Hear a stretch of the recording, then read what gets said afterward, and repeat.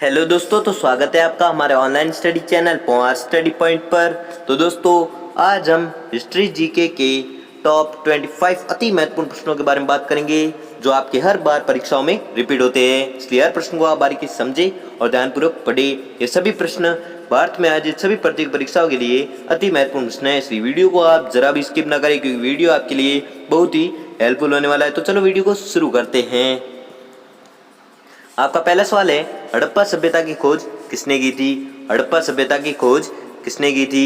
ध्यानपूर्वक प्रश्न को पढ़े और लास्ट में मैं आपको पूछूंगा कि आपने 25 में से कितने प्रश्न सही किए, वो भी हमें कमेंट में जरूर बताएं। इसलिए मैं प्रश्न पढ़ूं उससे पहले आप उत्तर तैयार रखें। तो प्रश्न पढ़ते हैं कि हड़प्पा सभ्यता की खोज किसने की थी? तो आपका उत्तर होगा दयाराम साहनी ने की थी। किसकी खोज? हड़प्पा सभ्यता की खोज। अगला देखते हैं कि वह शासक जिसने एक सच्चे जैन मुनि की तरह उपवास के द्वारा अपना शरीर त्याग दिया था, वह कौन था?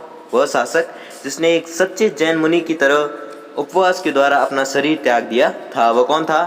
तो वह था चंद्रगुप्त मौर्य। ठीक है, चंद्रगुप्त मौर्य वह शासक था जिसने एक सच्चे जैन मुनि की तरह उपवास के द्वारा अपना शरीर त्याग दिया था।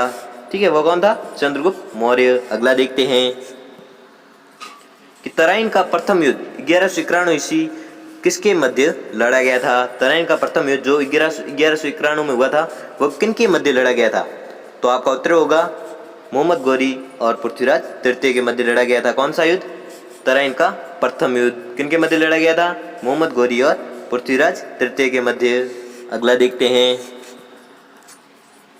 कि बंगाल को मुगल साम्राज्य से पृथक कर स्वतंत्र किया। बंगाल को मुगल साम्राज्य से पृथक कर स्वतंत्र किया तो किसने किया था? तो आपको याद रखना है किसने किया था? मुर्शिद कुली खान ने किया था। क्या किया था? बंगाल को मुगल साम्राज्य से पृथक कर स्वतंत्र किया था। किसने? मुर्शिद कुली खान ने। अगला देखते हैं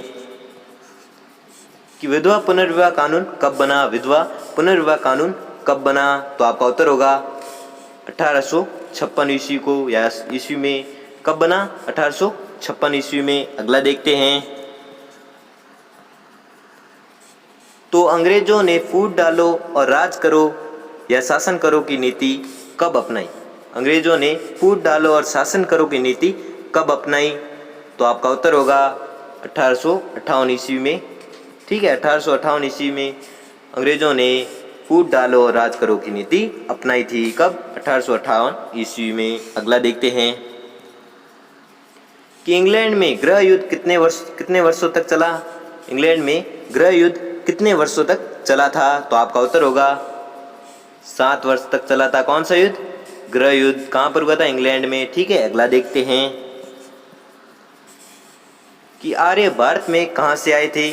आर्य भारत में कहां से आए थे? तो आपका उत्तर होगा केंद्रीय एशिया से। ठीक है, सूरज गलत लिखा हुआ है। ठीक है, केंद्रीय एशिया से आए थे। ठीक है, तो आर्य भारत में कहां से आए थे? तो आपको याद रखना है केंद्रीय एशिया से आए थे। अगला देखते हैं कि किस अवधि में रामायण एवं महाभारत की रचना हुई थी?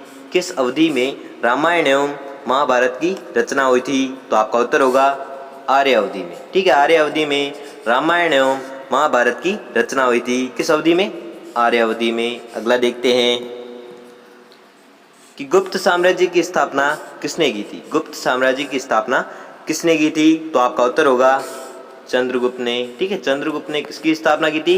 गुप्त साम्राज्य की स्थापना की थी। किसने? चंद्रगुप्त ने। अगला देखते हैं कि पानीपत की दूसरी लड़ाई किनके बीच हुई थी? पानीपत की दूसरी लड़ाई किनके बीच हुई थी? तो आपका उत्तर होगा बेगम खान और हेमू के मध्य हुई थी।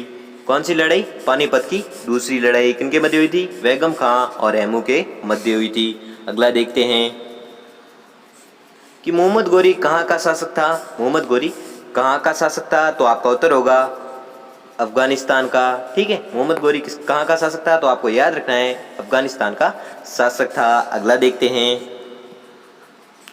कि मस्तानी किस शासक की प्रेयसी थी? मस्तानी किस शासक की प्रेयसी थी?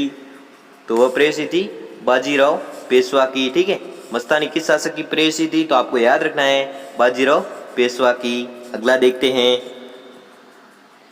कि बिहार प्रदेश को किस मुस्लिम शासक ने सर्वप्रथम जीता था? बिहार प्रदेश को किस मुस्लिम शासक ने सर्वप्रथम जीता था? तो आपका उत्तर होगा खिलजी। ठीक है, खिलजी ने बिहार प्रदेश को सर्वप्रथम जीता था। अगला देखते हैं कि मुगल काल में सर्वप्रथम किस शहर में अंग्रेजों ने अपने कारखाने स्थापित किए? मुगल काल में सर्वप्रथम किस शहर में अंग्रेजों ने अपने कारखाने स्थापित किए? तो आपका उत्तर होगा सूरत में। ठीक है, मुगल काल में सर्वप्रथम अंग्रेजों ने अपने कारखाने स्थापित किए कहाँ पर? सूरत में किए थे। ठीक है, अगला देखते हैं कि पहली सहायक संधि कौन सी थी? पहली सहायक संधि कौन सी थी? तो आपका उत्तर होगा निजाम। ठीक है, पहली सहायक संधि कौन सी थी? तो आपको याद रखना है निजाम थी जो पहली सहायक संधि थी। अगला देखते हैं, निजाम में हुई थी। ठीक है, अगला देखते हैं कि कर्नाटक संगीत का पितामह किसे कहा जाता है? कर्नाटक संगीत का पितामह किसे कहा जाता है? तो आपका उत्तर होगा पुरंदरदास को। ठीक है, पुरंदरदास को क्या कहा जाता है? तो आपको याद रखना है कर्नाटक संगीत का पितामह कहा जाता है किसे? पुरंदरदास को। अगला देखते हैं कि किसके शासनकाल में प्रथम चीनी यात्री भारत में आया था? किसके शासनकाल में प्रथम चीनी यात्री भारत में आया था? तो आपको याद रखना है वह था चंद्रगुप्त द्वितीय के शासनकाल में। ठीक है, प्रथम चीनी भारत में आया था। ठीक है, तो आप प्रश्न वापस से पढ़ेंगे किसके शासनकाल में प्रथम चीनी यात्री भारत में आया था? तो आपको याद रखना है चंद्रगुप्त द्वितीय के शासनकाल में प्रथम चीनी भारत आया था। अगला देखते हैं कि निम्नलिखित मुगल शासकों में से किसे प्रिंस ऑफ बिल्डर्स के नाम से पुकारा जाता है? निम्नलिखित मुगल शासकों में से किसे प्रिंस ऑफ बिल्डर्स के नाम से पुकारा जाता है? तो आपका उत्तर होगा शाहजहां। ठीक है, शाहजहां को प्रिंस ऑफ बिल्डर्स के नाम से पुकारा जाता है। किसे? शाहजहां को। अगला देखते हैं कि सिख समुदाय के अंतिम गुरु थे। सिख समुदाय के अंतिम गुरु थे तो कौन थे? सिख समुदाय के अंतिम गुरु गुरु गोविंद सिंह। ठीक है, गुरु गोविंद सिंह जी थे जो सिख समुदाय के अंतिम गुरु थे। कौन थे? गुरु गोविंद सिंह जी। अगला देखते हैं कि कुचिपुड़ी नृत्य कहाँ आरंभ हुआ था? कुचिपुड़ी नृत्य कहाँ पर आरंभ हुआ था? तो आपका उत्तर होगा आंध्र प्रदेश में। ठीक है, कुचिपुड़ी नृत्य कहाँ आरंभ हुआ था? तो आपको याद रखना है आंध्र प्रदेश में आरंभ हुआ था। कौन सा नृत्य? कुचिपुड़ी। अगला देखते हैं कि चित्रकला की गांधार शैली का सूत्रपात किसके द्वारा किया गया? चित्रकला की गांधार शैली का सूत्रपात किसके द्वारा किया गया था? तो आपका उत्तर होगा महायान संप्रदाय द्वारा। ठीक है, चित्रकला की गांधार शैली का सूत्रपात किसके द्वारा किया गया था? तो आपको याद रखना है महायान संप्रदाय द्वारा किया गया था। अगला देखते हैं कि ताजमहल की डिजाइन तैयार करने वाला वास्तुकार कौन था? ताजमहल की डिजाइन तैयार करने वाला वास्तुकार कौन था? तो आपका उत्तर होगा उस्ताद ईसा। ठीक है, उस्ताद ईसा था जो ताजमहल की डिजाइन तैयार करने वाला वास्तुकार था। कौन? उस्ताद ईसा। ठीक है, अगला देखते हैं कि बौद्धों के विश्वास के अनुसार गौतम बुद्ध का अगला अवतार किसे माना जाता है? बौद्धों के विश्वास के अनुसार गौतम बुद्ध का अगला अवतार किसे माना जाता है? तो आपका उत्तर होगा कल्कि को। ठीक है, कल्कि को बौद्धों के विश्वास के अनुसार गौतम बुद्ध का अगला अवतार माना जाता है। किसको? कल्कि को। अगला देखते हैं कि सम्राट अकबर ने निम्नलिखित में से किस महल का निर्माण फतेहपुर सीकरी में करवाया था? सम्राट अकबर ने निम्नलिखित में से किस महल का निर्माण फतेहपुर सीकरी में करवाया था?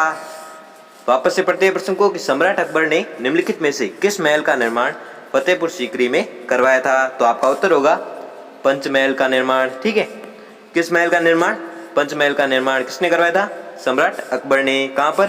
फतेहपुर सीकरी में करवाया था। तो दोस्तों आपने 25 में से कितने प्रश्न सही किए वो हमें जल्दी से जल्दी कमेंट करके जरूर बताएं, वो भी सच बताएं। ठीक है, और अगर हमारा वीडियो आपको थोड़ा सा भी हेल्पफुल या थोड़ा सा भी अच्छा लगा हो तो वीडियो को लाइक कर लीजिए और चैनल को सब्सक्राइब कर लीजिए और बेल आइकन को प्रेस कर लीजिए जिससे कि हमारी वीडियो की नोटिफिकेशन आपको मिलती रहेगी। धन्यवाद।